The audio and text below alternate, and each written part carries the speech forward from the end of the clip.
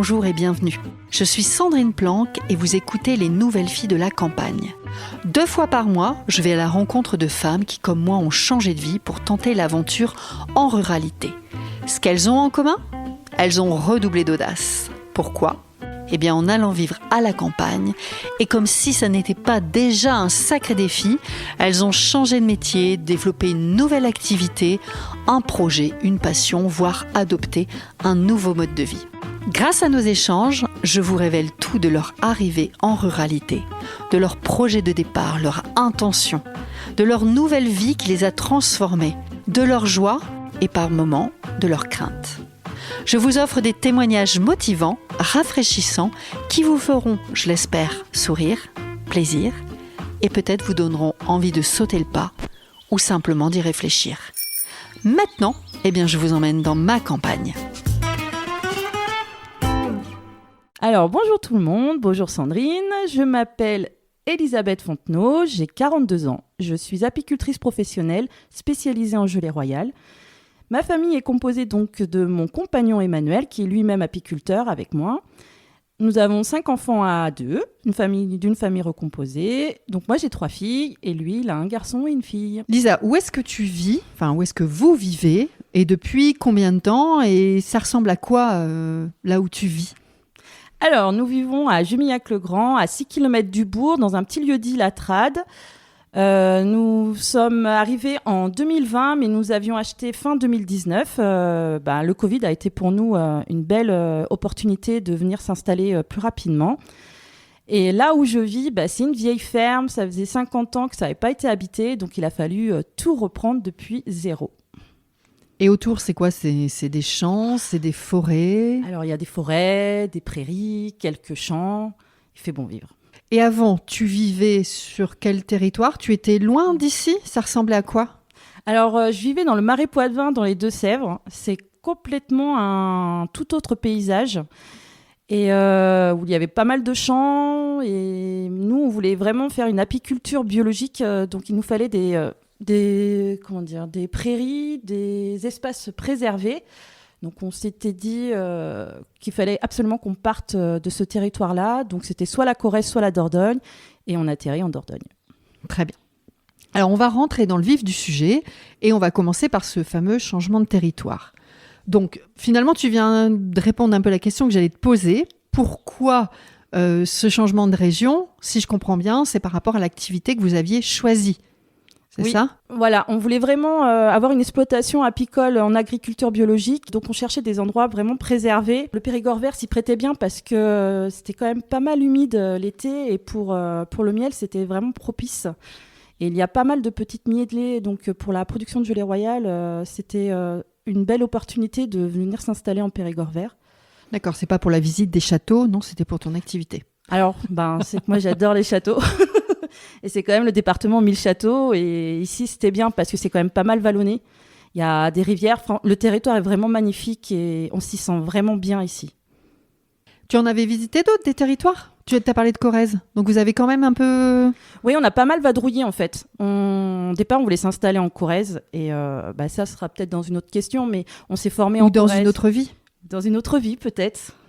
Mais par rapport à la production de gelée royale, il ne fallait pas un environnement où il fait très froid au printemps. Donc, il fallait qu'on descende un petit peu plus... Sud, ouais. Et c'est vrai que ce printemps, il n'y a pas fait froid. Non, pas du tout. Ça a été catastrophique. Ok, donc le changement de territoire, c'est par rapport à l'activité, pas une opportunité ou pas de la famille présente. Pas du tout, pas de famille. Et puis aussi... d'amis. Pas d'amis. Enfin, en fait, on connaissait personne. Mais c'est aussi le prix de l'immobilier aussi qui nous a fait venir ici dans le Périgord vert parce qu'on n'avait pas des gros moyens financiers. Et ici, on a eu vraiment l'opportunité de trouver cette ferme dans nos moyens. Et puis, en fait, on l'a visité, on a eu un coup de cœur et c'était parti mon kiki, quoi. C'était parti mon kiki. Expression de 1972. Merci Lisa. Ça confirme bien ton âge. Voilà, c'est ça. Comment s'est passée votre arrivée ? Est-ce que vous avez été accompagnés ou vous êtes arrivés tous les deux et vous vous êtes débrouillés ? Quand je parle d'accompagnement, c'est des solutions par rapport au territoire, la commune, je ne sais pas, je te laisse me guider là-dessus.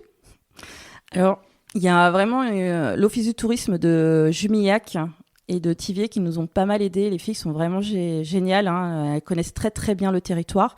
Et tout de suite, on avait pris rendez-vous avec elles et elles nous ont vraiment orientés sur beaucoup de questions qu'on avait. Au niveau de l'installation, on s'est fait aider par la Maison des Paysans parce que vu que je faisais une demande de dotation aux jeunes agriculteurs pour mon installation, il fallait trouver un organisme.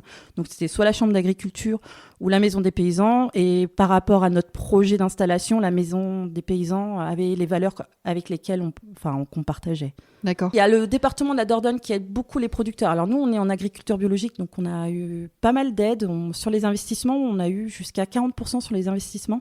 Donc ça, franchement, c'est une grosse... Sur l'enveloppe globale de tes investissements. Alors, c'est pas global, ça va être par rapport... comment dire, ils ont des barèmes de prix. D'accord. Mais c'est quand même bien. Toi, par exemple, on a acheté une remorque. Ah oui. Une remorque, des ruches. Des ruches, on a les essaims aussi. Bon, première année, on a acheté quelques essaims. Ben ça, on a eu 40% dessus. Ouais, c'est bien. Ah oui, oui. Franchement, le département de la Dordogne soutient beaucoup leurs producteurs. Merci la Dordogne. Ah oui, franchement, oui. Donc, OK pour ton accompagnement. Qu'est-ce qui te plaît ici, sur le territoire ? Alors, il y a plein de choses qui me plaisent. J'aime beaucoup, c'est le territoire en fait, parce que tu as des forêts, ici tu peux faire de la randonnée, tu as quand même des paysages qui sont quand même assez préservés, bon, malgré qu'ils coupent pas mal de forêts en ce moment. Et surtout aussi, j'aime les gens ici. Il y a beaucoup de néo-ruraux qui viennent s'installer et il y a de l'entraide, c'est chouette, il y a pas mal de projets qui se mettent en place, notamment à Saint-Paul, hein, sur le bar associatif. Et ça, c'est vraiment sympa. Et non, moi, je me plais vraiment bien ici. Il y a un magnifique château. D'ailleurs, on met des ruches au château. Ah, c'est cool. Ouais. Et on fait une cuvée de miel spéciale. Merci Henri. Voilà, Henri de la Tour. Voilà, du pain. Du pain, oui, pardon, j'avais oublié. Il y a un petit bout de... Ah, il y a toujours des petits bouts. Hein. Ouais. Et non, c'était sympa. On fait le miel de la chimiste là-bas.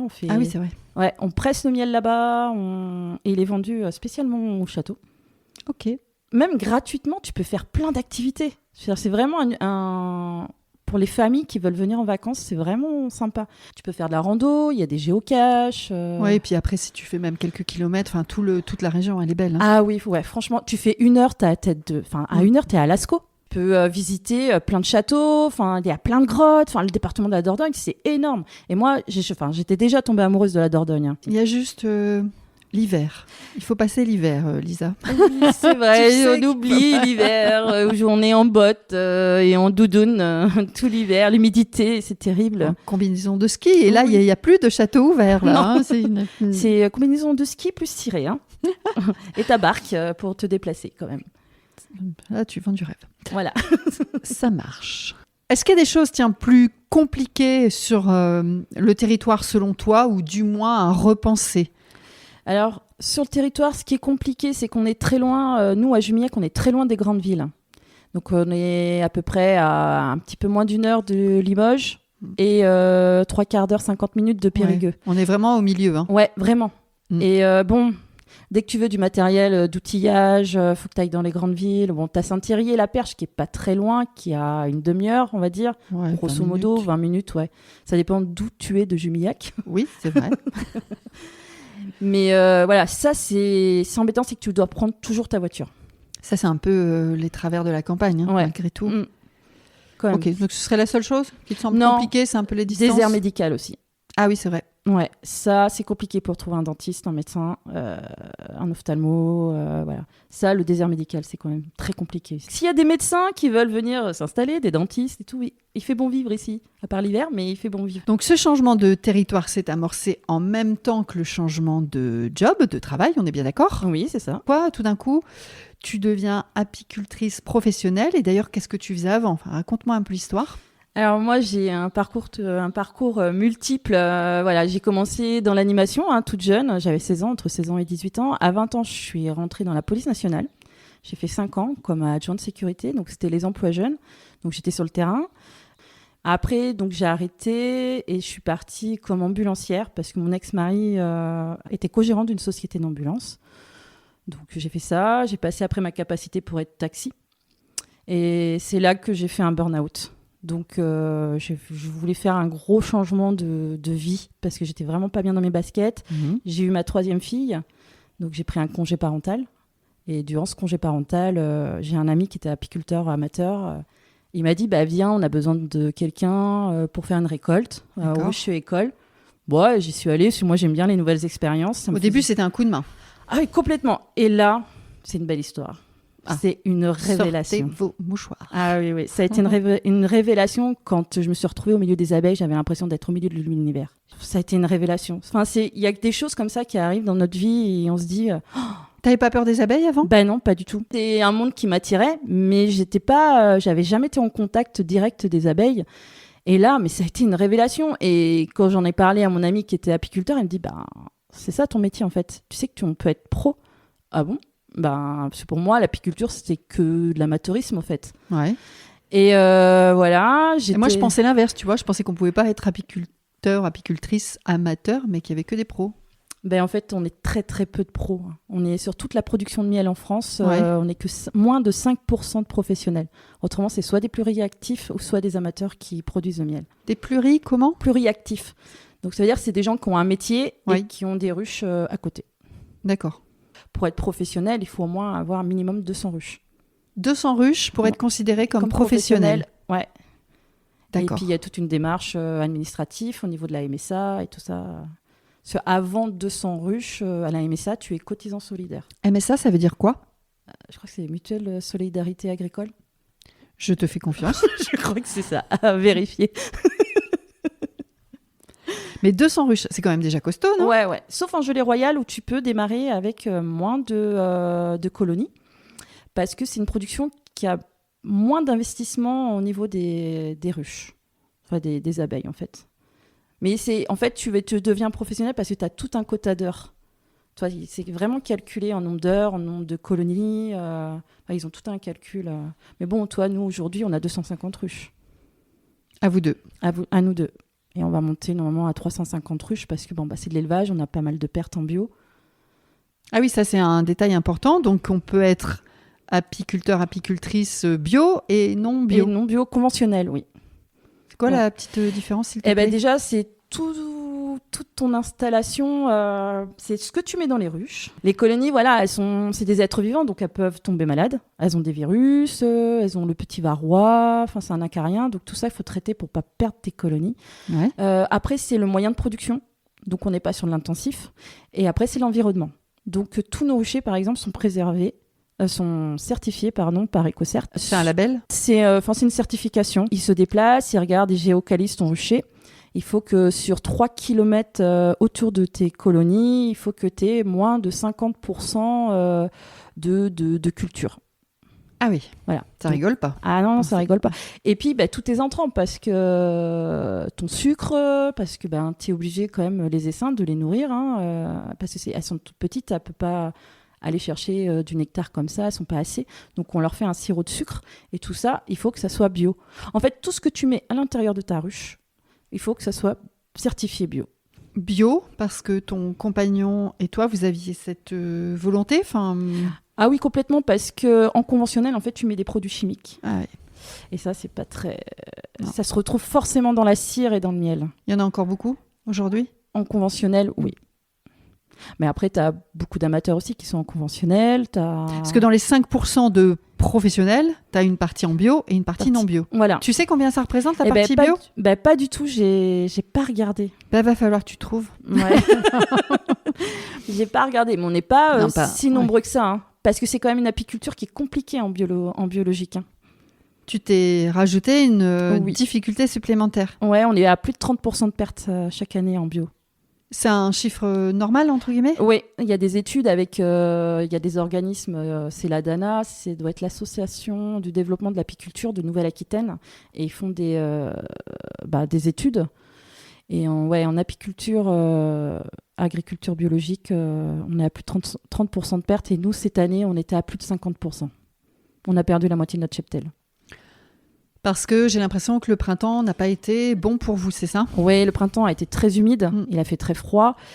Et il n'y a pas que ça, il y a aussi le varroa, c'est un petit acarien qui détruit beaucoup les colonies, qui les affaiblit, après, elles tombent malades. C'est quoi, donc c'est un petit insecte? Ouais, en fait, on va dire, c'est le petit vampire de l'abeille. En fait, il va venir sucer la lymphe de la larve. Voilà, c'est ça que j'ai cherché. D'accord. De la larve. Et du coup, quand elles vont naître, les abeilles, elles vont naître déformées. Donc, des ailes atrophiées. Un handicap d'abeille. Ouais. Ça existe. Ouais. Et en fait, ça peut en 3 ans, tu peux ne plus avoir tes colonies, hein, si tu ne traites pas. Et tu traites comment cette petite bestiole? Eh ben nous, c'est l'acide oxalique en fait et formique. Donc ça provient des oignons et des fourmis.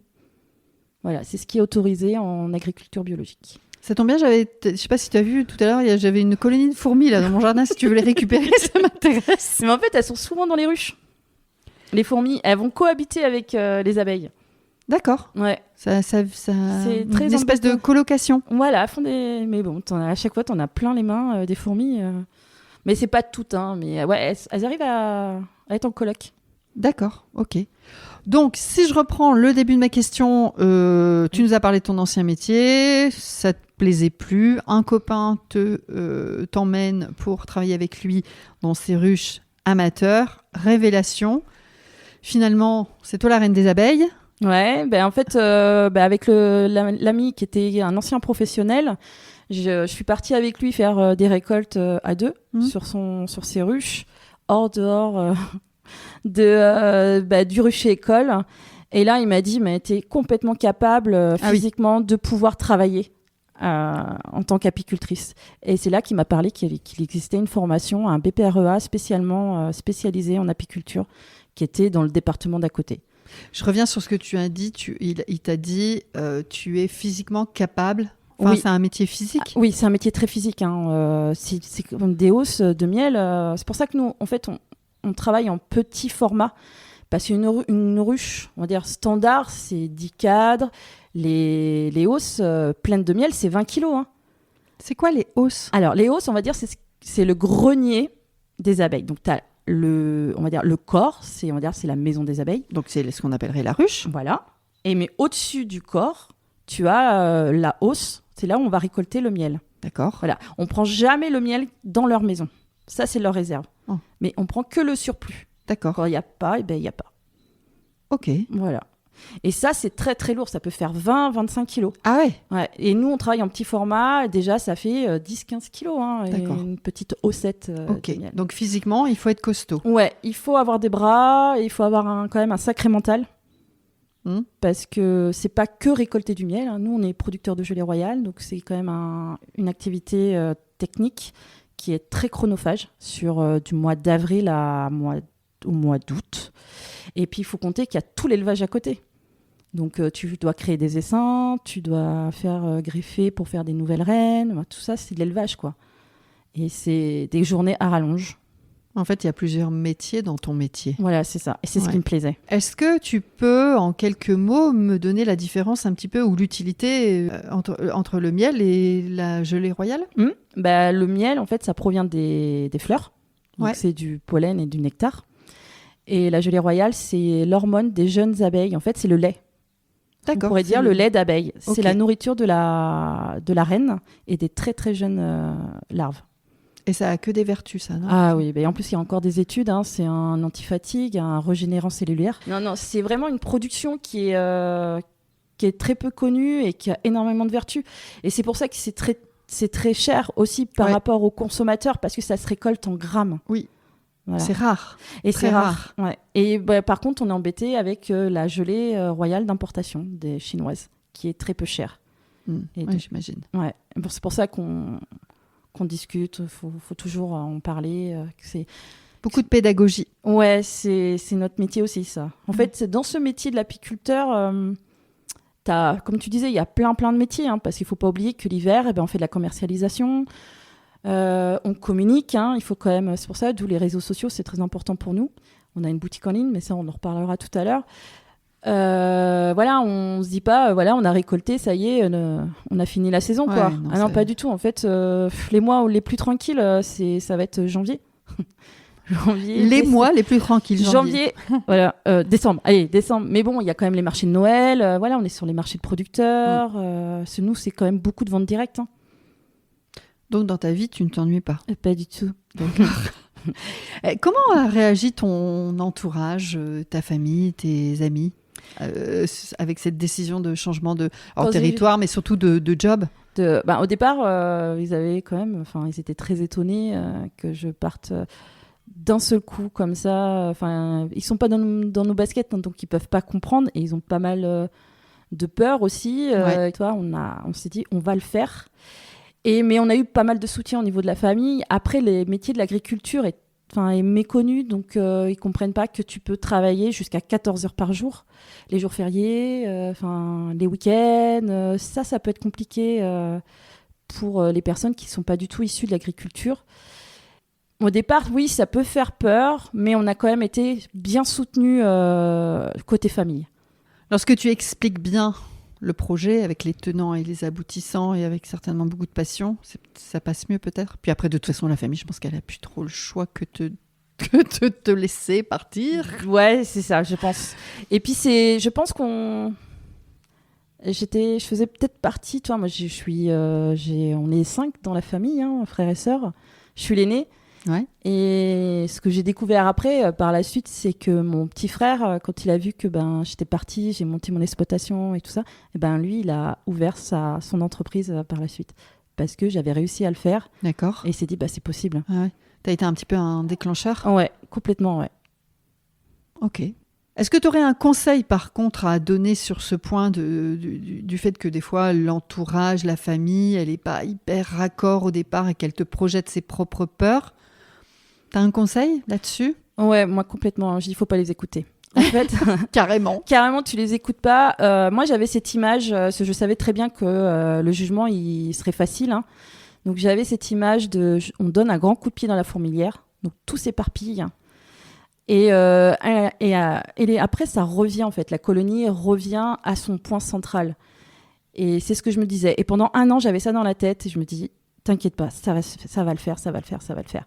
Et puis quand on sent vraiment dans ses tripes que c'est ce qu'on veut, tout se met en place pour qu'on y arrive. Après, ça s'aligne. Mais complètement, ça s'aligne. Et puis même parfois tu dis, oh mais non, c'est super facile en fait. Il y a plein de choses des opportunités, des gens que tu vas rencontrer qui vont t'amener sur ton projet. Mais il faut vraiment y croire du fond du cœur. Et puis on n'a qu'une vie. Hein.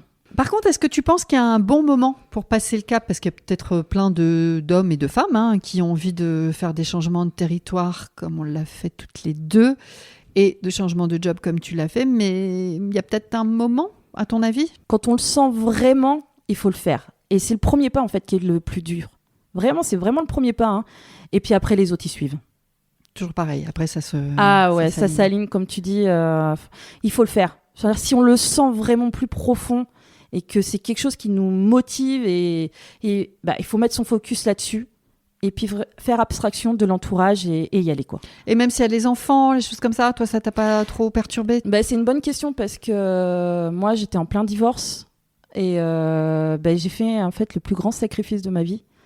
C'est mon ex je lui ai laissé la garde. Alors on a une garde, voilà, ça se passe très bien. Le juge il a très bien compris. Hein. Je peux voir mes enfants quand je veux, mais je pouvais pas moi dire du jour au lendemain je vais changer mes enfants d'environnement. Et sachant que c'était une vieille ferme qu'on vit que dans une seule pièce, donc je pouvais pas leur imposer ce choix-là. Ouais. Voilà. Tes enfants ont quel âge ? Aujourd'hui, oui. Ça va de 7 ans, 12 ans et 18 ans. D'accord. Donc, il y avait quand même encore petit. Ouais. Rose, la dernière, elle avait 3 ans.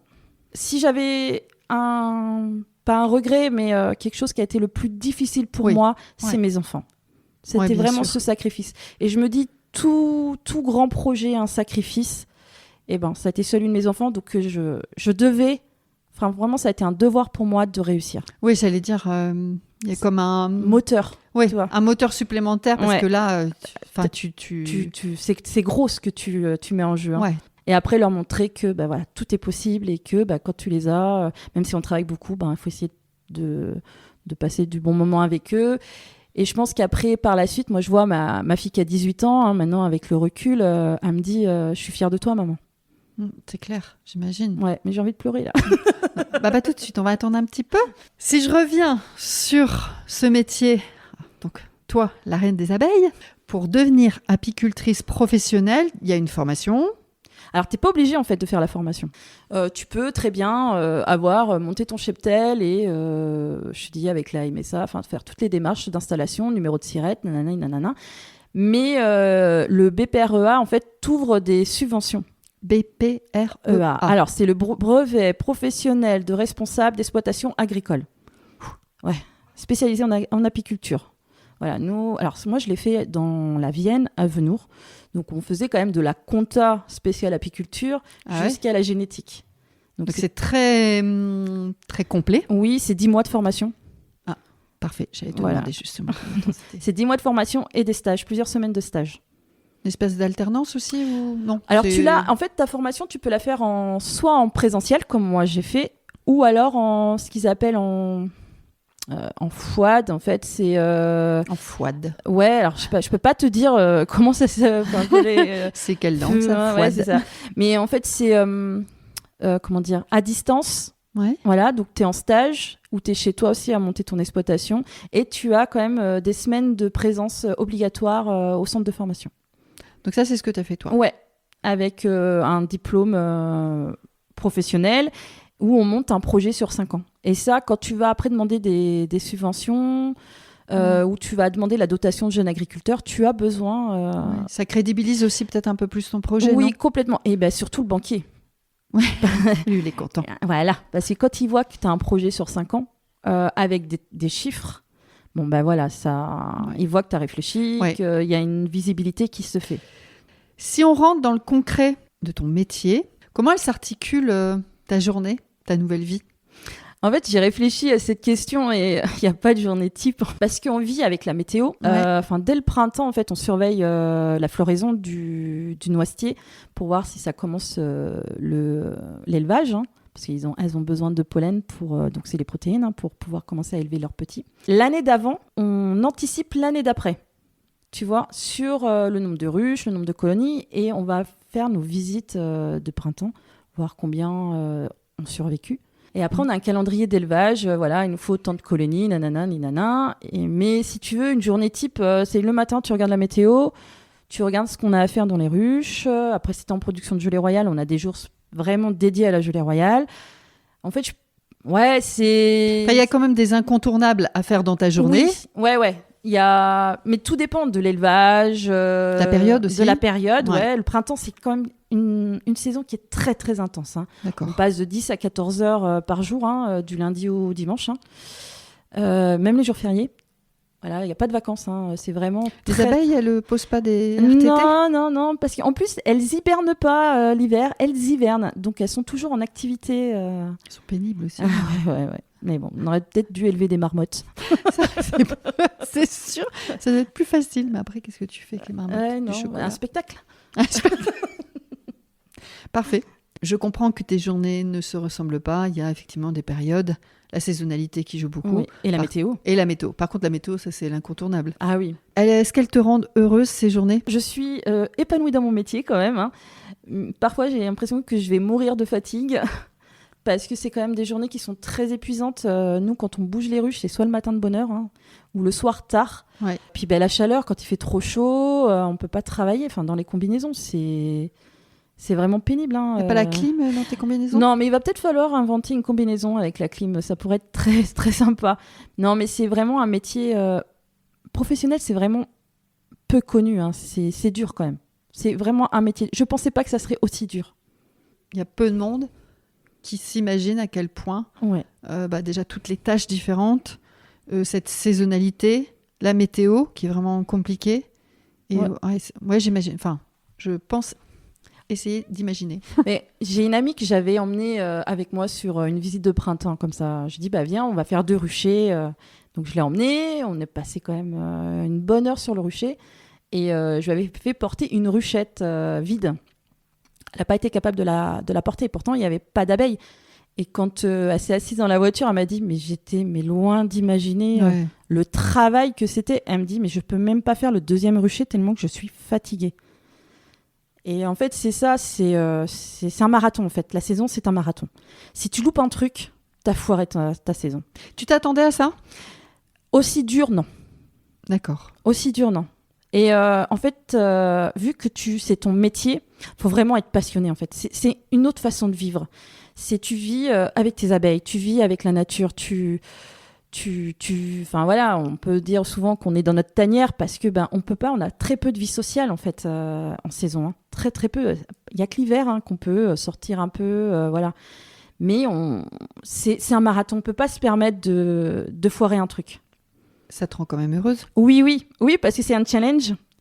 C'est un challenge et c'est vraiment un métier où je me suis épanouie, vraiment. D'accord. Et puis, c'est ce que tu voulais. C'est ce que je voulais. Et puis surtout la production de Gelée Royale qui est vraiment très technique. Et moi, je voulais être une technicienne en fait. Je voulais faire quelque chose que les autres ne faisaient pas. Et voilà. Et là, je suis très contente parce que maintenant, je suis même vice-présidente de la coopérative de Gelée Royale. Parfait, parce que j'allais te demander s'il y avait des opportunités professionnelles qui s'étaient ouvertes à toi avec ce changement de métier. Donc celle-là? Mais c'est là parce que vu qu'il y a une partie de la Gelée Royale qu'on vend en gros. Parce qu'on peut, nous, on produit, là, cette année, on fait un x2, on va peut-être produire un peu plus de 20 kilos de gelée royale. C'est beaucoup, je ne me rends pas compte. Par rapport, il y a d'autres producteurs qui sont spécialisés en gelée royale, ça peut aller jusqu'à 100 kilos. D'accord. Voilà. Ça veut dire peut-être que chaque année, tu vas augmenter? Non, nous, je pense que... Non, parce qu'après, il faut embaucher. Nous, on veut vraiment rester à taille humaine. D'accord. Mais on peut monter à 25 kilos de gelée royale, voire 30 en sélectionnant nos abeilles. Enfin voilà, il y a un gros travail de sélection sur nos abeilles. Et alors, c'est quoi cette mission que tu as? Ah oui, je suis donc voilà, on vend en gros, on est rentré à la coopérative de gelée royale française. Il y en a qu'une, elle est nationale. On est rentré comme producteur, donc c'est sélectionné. Il y a 2 ans, on m'a proposé de rentrer au CA, donc au conseil d'administration. Et depuis l'année dernière, je suis vice-présidente de la coopérative. Donc j'aime beaucoup parce que là, je connais le marché de la gelée royale. Parce qu'en fait, c'est un outil commercial, la coopérative. Ça nous permet de nous mutualiser pour pouvoir vendre à des... Donc un regroupement? Un regroupement on doit être 41 producteurs de gelée royale. D'accord. Au niveau du territoire national. National, hein? Oui. D'accord. Et maintenant, il y a de plus en plus de demandes, mais on ne peut pas faire rentrer tout le monde, en fait. Il y a une sélection? Oui, il y a une sélection sur dossier, sur la capacité de production en agriculture biologique, en conventionnel. Voilà. C'est une coopérative qui fait quand même rentrer beaucoup d'argent. Donc tout ça, et on fait tout ça bénévolement, nous, les producteurs. Donc ça demande beaucoup de temps.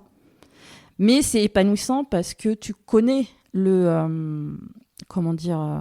vraiment la gelée, enfin la capacité commerciale de la gelée royale. Ouais, j'allais dire, en plus tu as une vue globale quand même ce qui se passe sur le territoire, sur le marché, sur ce produit. Ouais, et puis aussi au niveau international, parce qu'on est quand même pas mal concurrencé par la gelée chinoise. D'accord, de la gelée chinoise. Ouais, eux qui produisent... la consommation de gelée royale en France, donc elle est de 170 tonnes. Ouais. Voilà. Alors, on trouve de la gelée royale aussi dans les produits pharmaceutiques. Oui. Cosmétiques, parce que nous, on a un gros client aussi dans les cosmétiques. Et puis, après, en cure. Donc, tu peux trouver dans les pharmacies. Ah oui, les petites gélules. Ouais, tu as les gélules, mais tu as, nous, en fait, en fraîche. En fraîche? Ouais, en fait, c'est des piluliers de 10 grammes en fraîche. Tu fais des cures comme ça de 3 semaines. Tu prends une petite cuillère par jour. C'est moins d'1 gramme par jour qui te suffit. Et tu fais des cures d'entre 10 jours et 3 semaines. Je vais rajeunir avec ça, tu crois? Ouais, je pense. Non, mais c'est des cures à prendre au printemps et à l'automne. Ok. Voilà, c'est un reboostant. C'est vraiment, ça a vraiment des vertus. Moi, j'y crois énormément parce qu'il y a des effets. Et chez les Chinois? Les Chinois, mais ils nous embêtent, les Chinois. Parce que eux, ils produisent énormément et pas cher. Et elle n'est pas de bonne qualité. En fait, la meilleure gelée royale, c'est la française. Dit comme ça, c'est la française. Mais c'est vrai en plus. Ouais. C'est vraiment prouvé. Et voilà. Et il faut consommer la gelée royale française. Vous faites vivre des familles. Donc là, on vient de parler des opportunités professionnelles que tu as pu rencontrer, enfin en tout cas qui se sont ouvertes à toi. Je voudrais savoir si tu as rencontré des obstacles ou des préjugés auxquels tu as dû faire face en tant que femme dans ce nouveau domaine d'activité. Alors, je ne sais pas finalement s'il y a plus d'hommes ou de femmes en tant qu'apiculteurs, apicultrices, professionnelle, donc ça tu vas me le dire, ou peut-être que tu sais pas, tu connais peut-être pas la répartition, mais en tout cas, est-ce que toi tu as dû faire face à des espèces de préjugés? Alors, en tant que producteur de miel, les apiculteurs, oui, il y a beaucoup d'hommes. Ouais. Mais dans la gelée royale, il y a beaucoup de femmes. Ah. Donc, toi, au sein de la COP, il y a vraiment la parité, par exemple, dans le conseil d'administration. Donc, par exemple, toi, je te disais, j'étais vice-présidente, mais on est 2 vice-présidents. Il y a un homme et une femme. Parfait. C'est ça qui me plaît. C'est que c'est quand même un univers où les hommes prennent les femmes à égalité. Même si les exploitations, c'est souvent des couples. Hein. Voilà. Mais c'est vraiment... moi, je me sens bien au sein de la coopérative, de la production de gelée royale. Il n'y a pas ces préjugés qu'on dit « toi, t'es apicultrice, t'es pas capable de porter une hausse de miel, machin. » D'accord, voilà. C'est assez bienveillant. Ouais, c'est bienveillant. Par contre, au niveau des producteurs de miel, là, on peut rencontrer des personnes, surtout dans l'élevage. Je vois mon amie qui s'installe en élevage. Ton amie IE? IE, ouais. Elle a eu pas mal de préjugés, même au niveau de la chambre d'agriculture. D'accord. Pendant son installation. C'est quoi? C'est une femme, c'est pas possible? Ouais, c'est pas possible, mais il faut que vous trouviez un mec. Enfin, faut faire ça en couple. Voilà, comme si elle n'avait pas le droit de s'installer toute seule et de réussir. Et puis entre éleveurs, c'est un peu, il y a un petit peu d'ego qui, toi, les mecs, une femme. Qui a la plus grosse abeille? Ouais, c'est ça. Moi, j'en ai une plus grosse que toi. Ouais. Donc, la mienne, elle pique. Voilà, elle pique fort. Mais je pense aussi, c'est le caractère aussi. J'ai quand même pas mal de caractère. Je prends les choses aussi avec humour.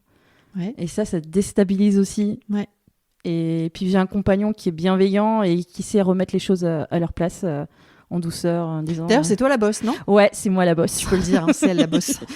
Alors, c'est un projet à 2, hein, mais c'est que vu que j'avais moins de 40 ans quand je me suis installée vraiment l'année de mes 40 ans et je pouvais être éligible à la dotation de jeune agriculteur. Et donc lui qui était plus âgé que moi, donc c'est moi. Avec 41 ans. Donc ça veut dire que dans l'agriculture, après 40 ans, t'es vieux. T'es vieux. C'est ça. Tu fais partie des vieux installés. C'est ouf. Comment t'as réussi à établir ta crédibilité dans ce nouveau métier? Bon, tu as parlé de ton caractère, hein, oui. Ta personnalité, ton humour. Oui. Il y a autre chose? Ouais, la coopérative, en fait. Ouais, c'est là où j'ai appris beaucoup de choses et que j'ai pu vraiment m'épanouir et à pouvoir avoir confiance en moi, que j'étais vraiment apicultrice, productrice. En fait, j'étais productrice de gelée royale. Voilà, ça nous a fait quand même pas mal de bien. Et vu que je m'en fous de ce que pensent les autres, parce qu'avant, j'avais toujours peur du jugement. Qu'est-ce qu'on va dire de moi, machin, tout bidule. C'est pour ça que je suis là aujourd'hui aussi, que de vivre cette belle expérience, parce que j'ai vraiment grandi. C'est vraiment un métier qui m'a fait grandir. Ah, je voulais savoir si effectivement, dans les bénéfices, ou les changements de ce métier, ça t'a fait grandir vraiment? Ça m'a fait grandir et j'ai vu plein de gens, j'ai pu communiquer sur notre vie, et quand j'ai vu dans les yeux des gens que toi t'as les yeux qui brillent et ils disent mais bravo, t'en parles avec passion, tu peux nous emmener dans ton projet, il y a beaucoup de gens autour de nous qui croient en nous en fait, et ça c'est chouette. J'ai une question de merde. Vas-y. Tu regardais le miel et les abeilles quand t'étais jeune? Ouais.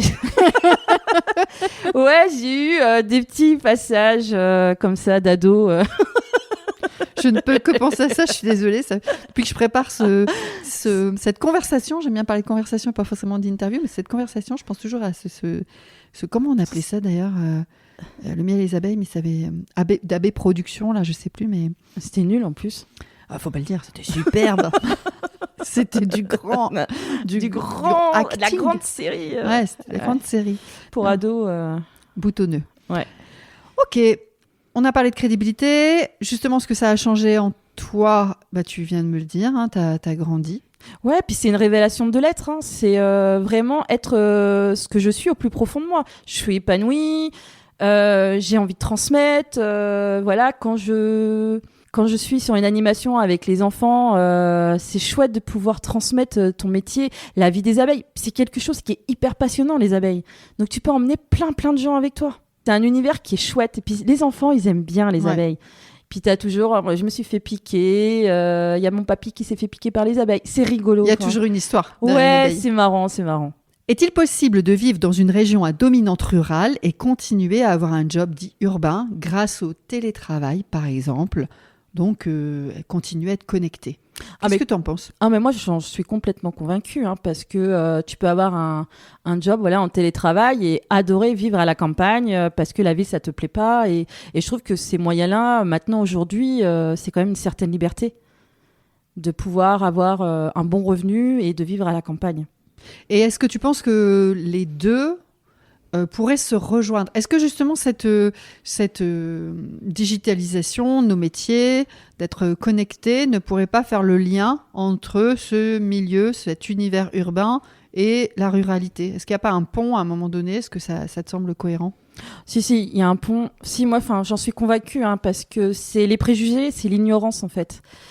Et plus on parlera du travail des producteurs, des personnes qui vivent à la campagne, qui ont des super projets, et mieux on sera reconnu.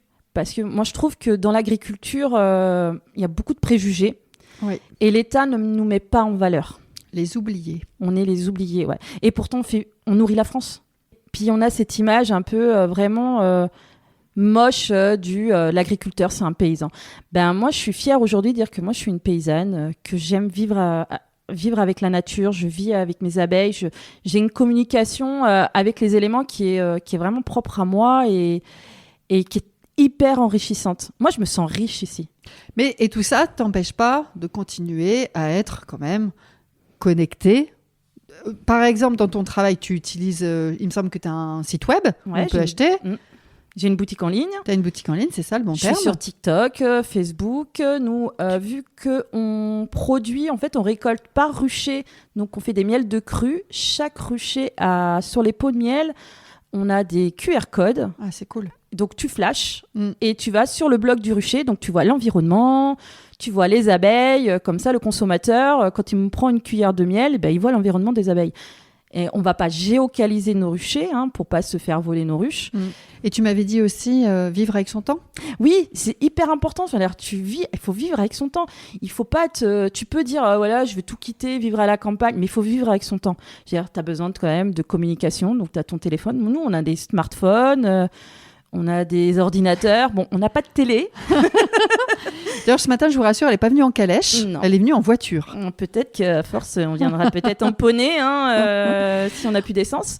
Mais voilà, on peut vivre simplement et être connecté. Ouais, ce qui est important de dire, je pense, c'est qu'effectivement, tu peux opérer des changements de territoire et des changements de vie, des changements, de métier, tout en continuant quand même, en restant connecté, et puis en tout cas, vivre avec son temps. C'est important. C'est important de vivre avec son temps. Et puis, tes outils de connexion, c'est comment toi tu les utilises. Oui, à bon escient. Voilà, il faut rester dans la bienveillance et pas être pessimiste. Vraiment, si tu communiques, il faut communiquer avec son cœur. Ouais. Ok, il y a des coups durs, tu expliques qu'il y a des coups durs.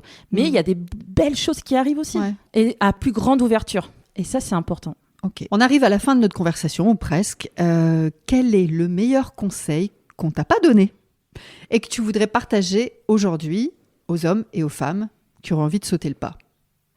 Je crois qu'il faut croire en soi, en son projet, vraiment avec cœur, et dire que tout est possible. Mais vraiment, tout est possible. Alors peut-être, voilà, ça fait un peu enjoliver les choses. On n'est pas dans un pays de bisounours, mais moi, pour l'avoir vécu, je sais que tout est possible. Si tu y crois fort, comme tu disais, l'alignement, tout se met en place. Mais il faut vraiment y croire de tout son cœur. Ok, très bien. Avec ses tripes et avec son cœur. Exactement. Est-ce qu'il y a une autre femme qui pourrait prendre la parole sur ce podcast? À qui tu penses que tu voudrais qu'on mette à l'honneur ou entendre son histoire? Alors en fait, il y a plein de femmes. Ah, il y en a beaucoup ici. Il y en a beaucoup. Ici, c'est vraiment un vivier de femmes extraordinaires. Et en fait, il y a plein de femmes. Bertie avec son pain. Il y a Lulu et ses fromages de chèvre. Ouais. Il y a Bélène et ses savons. Il y a Catherine et les bêtes goji. Et tout ça, c'est sur la commune. Ah ouais. Là, je pense que tu peux faire une longue série. Parce qu'il y a des femmes super ici. Qu'est-ce que tu as gagné en changeant de job et de territoire? Tu m'as dit grandir tout à l'heure. La confiance en moi. Ah oui. La confiance en moi. Et ça c'est énorme. D'avoir confiance en soi et de révéler vraiment l'être que tu es. et d'être bien dans tes baskets. Oui, je suis fière de moi. Je suis fière d'avoir réussi à monter ce projet. Et grâce à Emmanuel, on était 2. Et sans lui, je ne serais pas là aujourd'hui. Je ne serais pas qui je suis aujourd'hui. Parce que mine de rien, l'amour, ça te fait... Ça donne des ailes. Complètement. Ouais, c'est l'amour sincère. Enfin, vraiment, c'est... Et puis, on est tous les 2 sur ce projet. Et c'est quelque chose qui demande énormément d'investissement. Et s'il y en a un qui n'est pas dans... Toi qui n'es pas de la partie, c'est compliqué. Ça peut être très compliqué. Pour comprendre aussi ce que tu vis, ce que tu fais au quotidien. Mais moi, je dis merci à la vie et je suis fière. Et si le jour, si demain, je devais partir, passer le pont et aller de l'autre côté de la vie, dans l'au-delà, je pourrais dire, je l'ai fait, quoi. Je suis fière de moi. Et surtout, que ma fille aînée m'a dit, maman, je suis fière de toi. Et ça, c'est quand même une sacrée victoire. Ouais, carrément. De pouvoir transmettre ça à ses enfants. À sa famille, à ses amis. En fait, je suis contente aujourd'hui d'être en face de toi parce que c'est une contribution à la vie. Okay. Il est dans l'ombre, Emmanuel, mais il est vraiment présent et c'est pour ça que j'essaye de le mettre aussi qu'on le voit parce que et j'en parle parce que je serais pas là sans lui. C'est vrai qu'on a souvent tendance à parler des miels de Lisa, mais effectivement, il y a Lisa nous 2. Et Emmanuel. Ouais. Voilà, c'est nous 2. Puis ce matin, je l'ai vu, il était dans la voiture. Il t'a conduit, donc je l'ai vu. Merci Emmanuel. En plus, il est grand. Là, il était assis, donc je n'ai pas trop vu, mais dans sa calèche. Oui, dans sa calèche. De Charlie il allait au lavoir et faire du fromage de chèvre. Oui, c'est sûr. Il allait laver ton linge. Parce qu'en fait, tout s'est inversé maintenant. Les femmes au boulot et les hommes aux tâches ménagères. C'est ça. Ça, c'est vraiment un changement de territoire. C'est formidable. Si tu devais te féliciter, si je reviens quelques années en arrière, tu dois te féliciter. Tu te félicites de quoi ? D'avoir osé. Ok. La dernière. Si ta famille était autour de la table aujourd'hui avec nous, qu'est-ce qu'elle dirait, tu penses ? On est fiers de toi. On est vraiment fiers de toi et je pense à mes grands-parents qui sont plus là aujourd'hui, qui m'ont vraiment soutenue tout au long de ma vie. J'y pense souvent et je sais qu'ils seront vraiment très très fiers, dire t'as osé tout quitter. T'as osé faire le sacrifice de tes enfants, mais aujourd'hui, tu es la plus belle version de toi-même. Je suis très émue là. Puis j'ai vraiment besoin de dire à tout le monde, c'est osez faire ce que vous avez envie. Osez, même si ça fait peur. En fait, c'est nos peurs qui nous mettent des blocages. Mais dès qu'on a passé, faites le premier pas et allez-y. Écoute, merci Lisa, merci beaucoup. Merci pour ce partage. Merci Sandrine. Merci Lisa. Bon retour en calèche. Merci et longue vie aux nouvelles filles de la campagne. Merci. Boum. Wouhou. Lisa, si t'avais envie de vomir, t'aurais un conseil? Je vais faire un best-of. Merci pour votre écoute, merci d'être resté jusqu'au bout de notre échange et si vous voulez continuer à m'encourager et surtout à faire connaître le podcast, vous pouvez mettre 5 étoiles et un commentaire sympathique sur Apple Podcast et Spotify. Surtout, vous n'oubliez pas de vous abonner à la chaîne de podcast pour être notifié des nouveaux épisodes. Et si vous voulez faire partie de la communauté des nouvelles filles de la campagne, abonnez-vous à la newsletter. Alors soit vous m'écrivez sur les nouvelles filles de la campagne @gmail.com, tout attaché en minuscules, ou vous me contactez sur les réseaux sociaux des nouvelles filles de la campagne, Instagram et Facebook. Je vous dévoile les coulisses des nouvelles filles de la campagne, des tips, des astuces, des sujets, la sortie des nouveaux épisodes et plein d'autres surprises. Alors un grand merci et je vous dis à bientôt. Ciao!